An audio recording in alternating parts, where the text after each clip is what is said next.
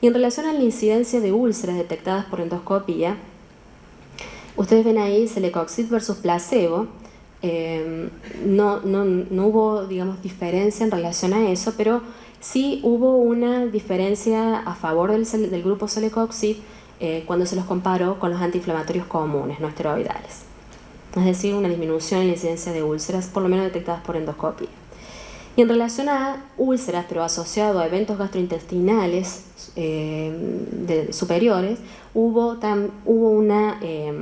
una mejoría o los resultados estuvieron a favor del grupo celecoxib relacionados al grupo antiinflamatorio no esteroidal.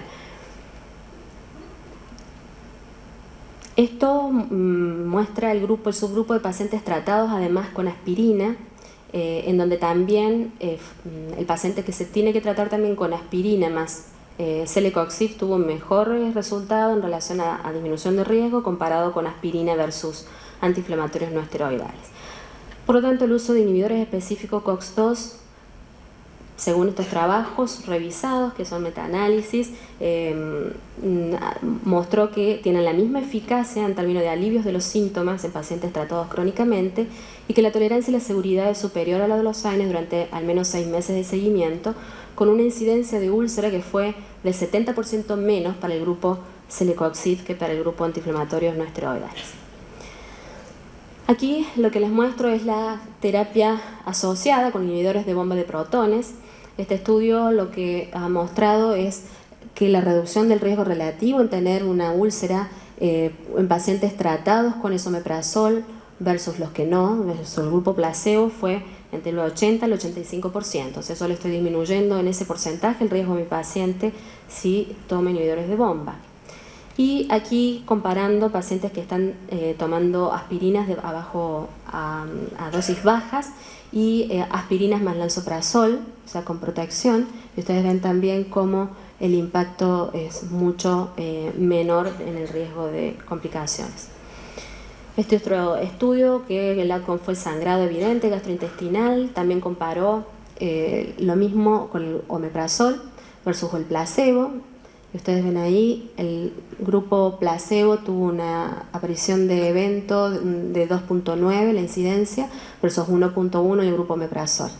Y para sangrado evidente de 0.6 para el grupo placebo y de 0.1 para el grupo omeprazol, con significancia estadística entre estos grupos. También se comparó el uso de famotidina, o sea, de inhibidores de los receptores H2 versus los inhibidores de bomba, y principalmente para famotidina la prevalencia de úlceras gástricas, de erosiones gástricas, de melena o de caída de la hemoglobina fue mayor en este grupo que con respecto al pantoprazol. Ahora, esto, digamos, hay algunos bemoles a considerar en relación a este punto que lo vamos a ver enseguida. Este es otro metaanálisis que se publicó en la colaboración Cochrane, en donde fue analizando y desmenuzando todo esto que estamos diciendo. Inhibidores, primero con los inhibidores de los receptores H2 versus placebo a 3 y 12 meses, y se vio que es mejor darle inhibidores de los H2 versus que el placebo, por supuesto. Y qué pasaba con los inhibidores de las bombas de protones versus el placebo, y ustedes ven que también fue mejor darles inhibidores de bomba. Y qué pasaba entre inhibidores de bomba y antagonistas H2, y también demostró que los inhibidores de bomba son superiores a los antagonistas de los receptores H2. Esta diferencia se subanalizó también en relación a la prevalencia de úlceras gástricas y de úlceras duodenales. Y lo que se vio es que los inhibidores de los receptores H2 fueron buenos y tuvieron buenos resultados para disminuir el riesgo de úlceras duodenales, pero que no fueron así tan buenos para disminuir el riesgo de úlcera gástrica. Lo que sí fue obtenido, digamos, con el uso de inhibidores de bomba de protones.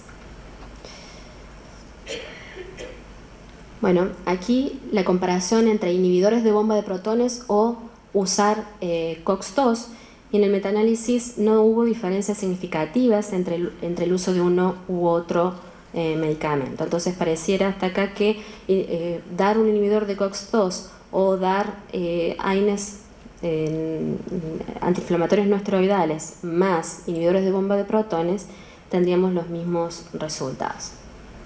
¿Ah?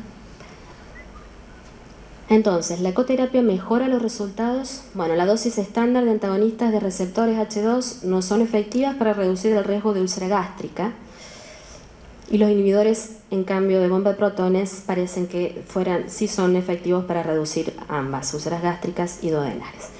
Bueno, ¿qué estrategias entonces de prevención tenemos? ¿Qué medidas vamos a tomar con nuestro paciente ahí en la consulta que tiene un riesgo particular, que tiene antecedentes particulares?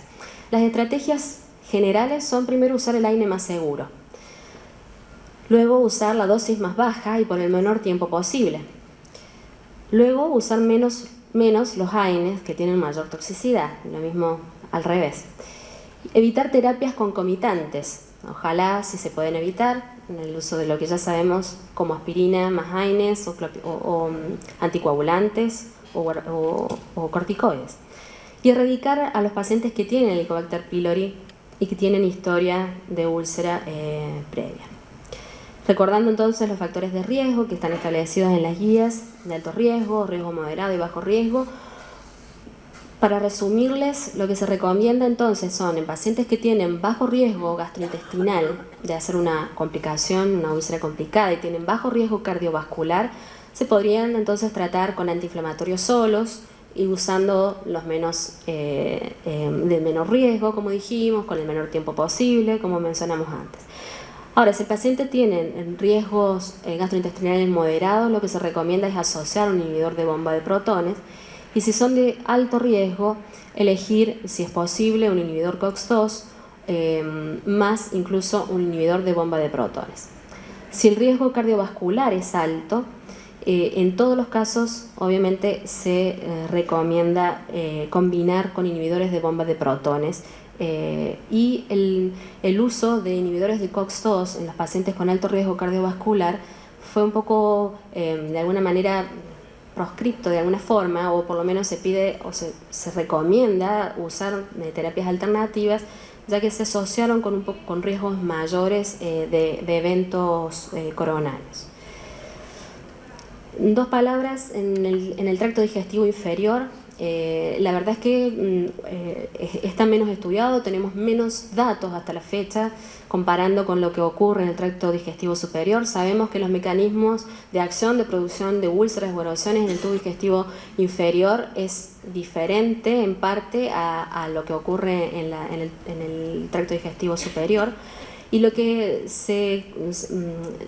no significa, digamos, que la frecuencia no sea alta. Lo que de alguna manera explica un poco la falta de frecuencia es, de algún modo, la mayor dificultad en algunos casos de llegar al diagnóstico, probablemente, por el estudio de intestino delgado, por ejemplo.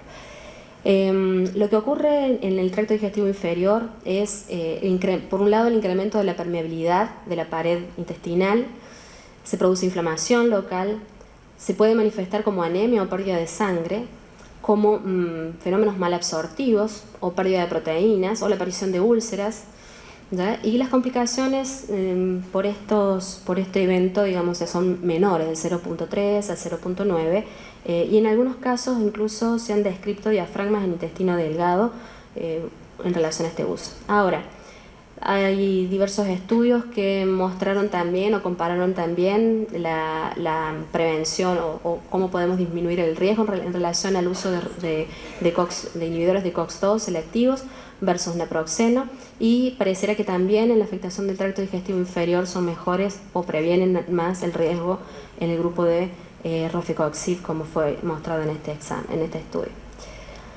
Este es un paciente de 55 años que es usuario de aspirina a dosis altas más antiinflamatorios en forma frecuente y que debutó con un cuadro de hemorragia digestiva baja y con dolor en el cuadrante superior derecho del abdomen, y se le realizó una colonoscopia y se encontró esta lesión que la verdad cuando la vimos parecía tumoral. Por supuesto se biopsió, una lesión que estaba en dos partes, una en el colon derecho ascendente, y luego, respetando mucosa sana, se volvió a presentar más cerca del ciego, como se ve ahí.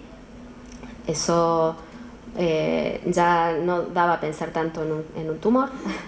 Se biopsió y bueno, se descartaron otras patologías, como patologías vasculares, por ejemplo, pero el paciente tenía este claro antecedente de ingesta importante o de toma importante de aspirina y usuario frecuente de antiinflamatorios, y con una biopsia que no, fue inespecífica en este caso.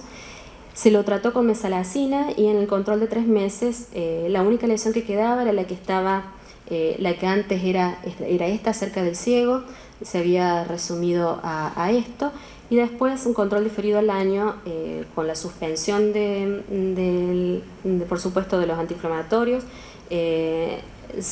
Tenía una colonoscopia normal. ¿Qué se puede hacer para prevenir estos fenómenos en la parte baja del tubo digestivo? La verdad es que hay bibliografía a favor del uso de misoprostol, del uso de antibióticos por este aumento de la permeabilidad conocida de la pared intestinal, el uso de sulfasalacina, como asociando un poco el tema de la aparición de úlceras a la colitis ulcerosa, y entonces buscando el mismo beneficio, digamos, o de inhibidores de bomba de protones, pero todavía no hay recomendaciones muy claras ni evidencia muy clara del uso de ninguno de estos.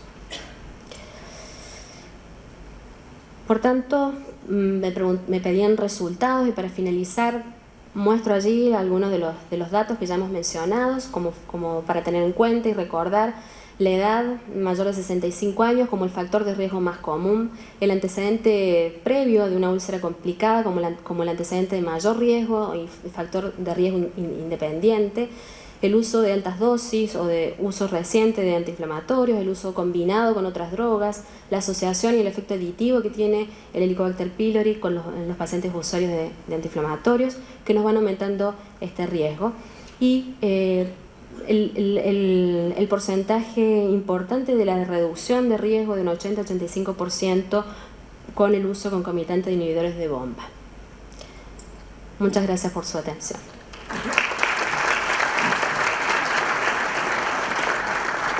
Gracias, doctora Gobelet.